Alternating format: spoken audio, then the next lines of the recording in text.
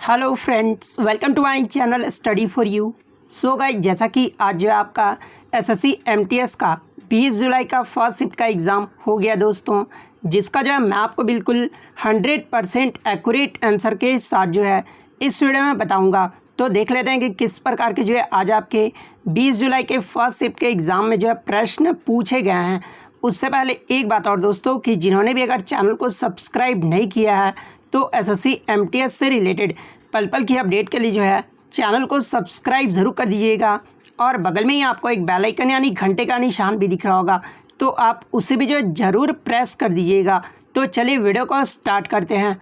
तो आज का जो आपका पहला क्वेश्चन आया था कि an unsuitable boy whose autobiography, यानी एन अनसुटेबल बॉय, ये जो है किसकी आत्मकथा है? तो ये करण जौहर की आत्मकथा है। तो करण जौहर आपका करेक्ट आंसर होगा। नेक्स्ट आपका यहाँ पर आया था कि मीनाती मिश्रा का संबंध, ये जो है किस नृत्य से है? तो देखिए मैं आपको बता दूं कि मीनाती मिश्रा का जो संबंध है ना, ये ओडिसी नृत्य से है। तो ओडिसी आपका करेक्ट आंसर होगा। बात कर ले मीनाती मिश्रा का जन्म, ये जो है कहाँ पर हुआ था? तो ये आपका कटक उड़ीसा में हुआ था। तो ये भी आपको ध्यान में रखना है। और 2012 में जो है इन्हें भारत सरकार के चौथे सर्वोच्च नागरिक पुरस्कार पद्म श्री से भी जो है सम्मानित किया जा चुका है। तो ये फैक्ट भी आपको ध्यान में रखना है।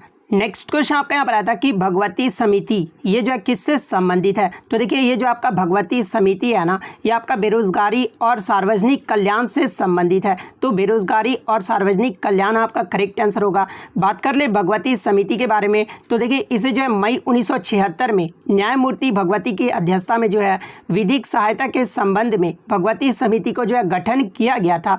नेक्स्ट आपका यहाँ पर क्वेश्चन आया था कि कृषि उड़ान योजना 2.0, ये जो है किस मंत्रालय के द्वारा लॉन्च किया गया है? तो देखिए ये जो आपका कृषि उड़ान योजना 2.0 है ना, ये नागरिक उड्डयन मंत्रालय के द्वारा 27 अक्टूबर 2021 को लॉन्च किया गया है। तो नागरिक उड्डयन मंत्रालय आपका करेक्ट आंसर होगा। बात कर ले इस योजना को जो है किस उद्देश्य के तहत लॉन्च किया गया है? तो देखिए कृषि उपज और हवाई परिवहन के बेहतर एकीकरण और अनुकूलन के माध्यम से मूल्य प्राप्ति में सुधार लाने और विभिन्न और गतिशील परिस्थितियों में कृषि मूल्य श्रृंखला में जो है स्थिरता और लचीलापन लाने के योगदान के लिए जो है यह आपका कृषि 2.0 योजना को जो है लॉन्च किया गया है। नेक्स्ट आपका यहाँ पर आया था कि Tata airlines started in which year, यानी जो ये आपका टाटा एयरलाइंस है, ये जो है किस वर्ष में जो है इसकी शुरुआत की गई थी? तो देखिए JRD टाटा के द्वारा जो है 1932 में टाटा एयरलाइंस की शुरुआत किया गया था।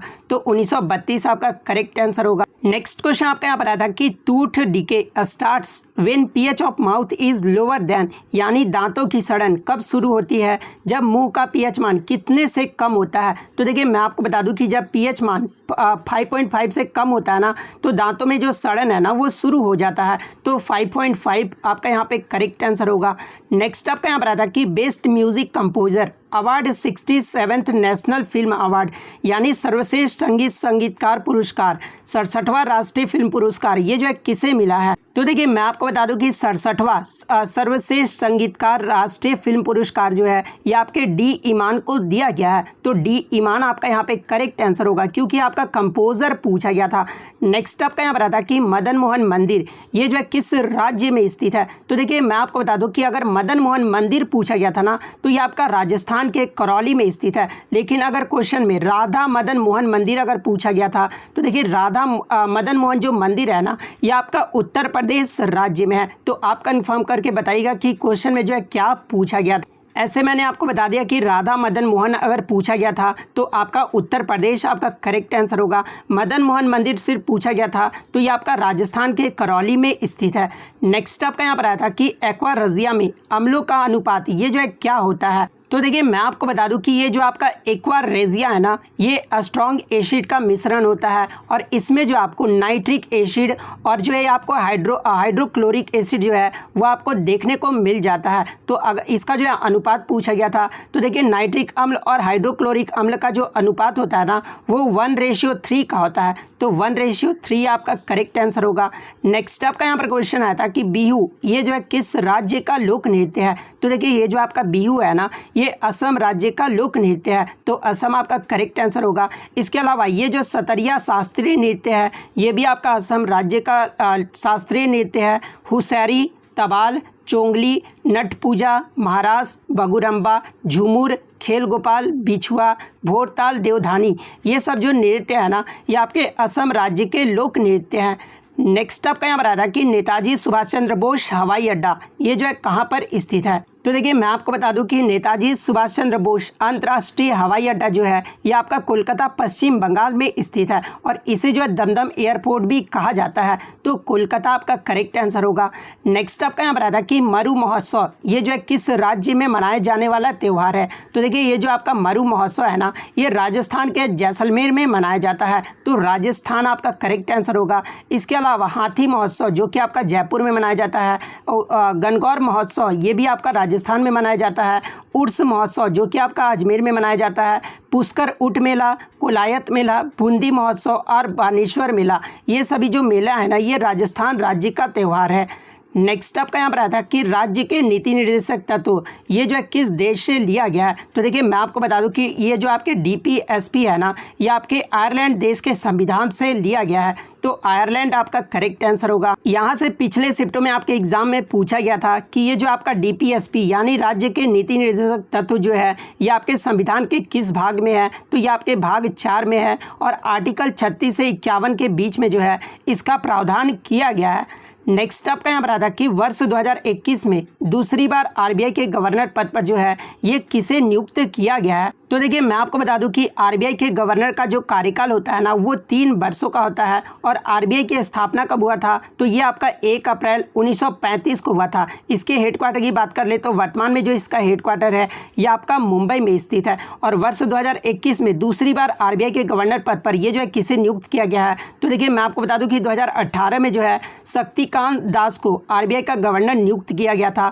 और इसके बाद दूसरी बार जो है फिर से शक्तिकांत दास को जो है RBI के गवर्नर पद पर नियुक्त किया गया है जो कि 25वें नंबर के हैं। तो शक्तिकांत दास आपका करेक्ट आंसर होगा। और जैसा कि आपको पता है कि RBI के 4 जो है वो उप गवर्नर होते हैं। तो चारों उप गवर्नर का नाम भी आप देख लीजिए जैसे कि महेश कुमार जैन, DM देवव्रता पत्रा, उसके बाद M राजेश्वर राय और T रविशंकर ये सब जो आपके RBI के 4 उप गवर्नर है।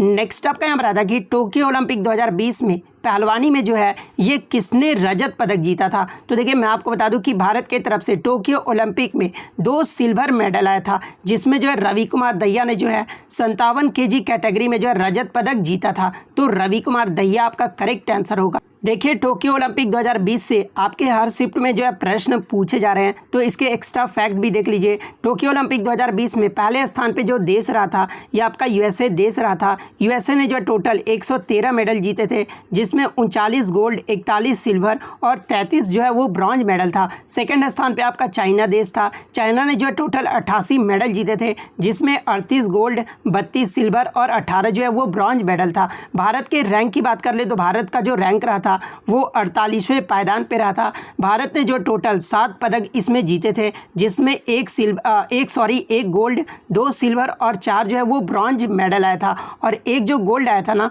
वो नीरज चोपड़ा ने दिलाया था। और किसमें तो जैवलिन थ्रो में। और इन्होंने जो है कितने मीटर भाला फेंका था तो 87.58 मीटर भाला फेंक कर जो है भारत को जो है ये गोल्ड मेडल दिलाया।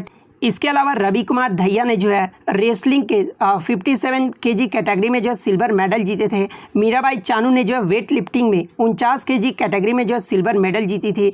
PV सिंधु की बात कर ले तो बैडमिंटन में इन्होंने जो है ब्रॉन्ज मेडल जीता था। लवलीना बोर्गोहेन ये जो है बॉक्सिंग में ब्रॉन्ज मेडल जीती थी। इंडियन हॉकी टीम जो है ब्रॉन्ज मेडल जीता था। बजरंग पूनिया रेसलिंग में जो है 65 kg कैटेगरी में ब्रॉन्ज मेडल जीते थे। तो ये भी आपको ध्यान में रखना है। नेक्स्ट आपका यहाँ पर आया था कि आर्य समाज की स्थापना ये जो है किसने किया था। तो देखिए आर्य समाज की जो स्थापना है ना ये 10 अप्रैल 1875 को दयानंद सरस्वती के द्वारा किया गया था। तो दयानंद सरस्वती आपका करेक्ट आंसर होगा।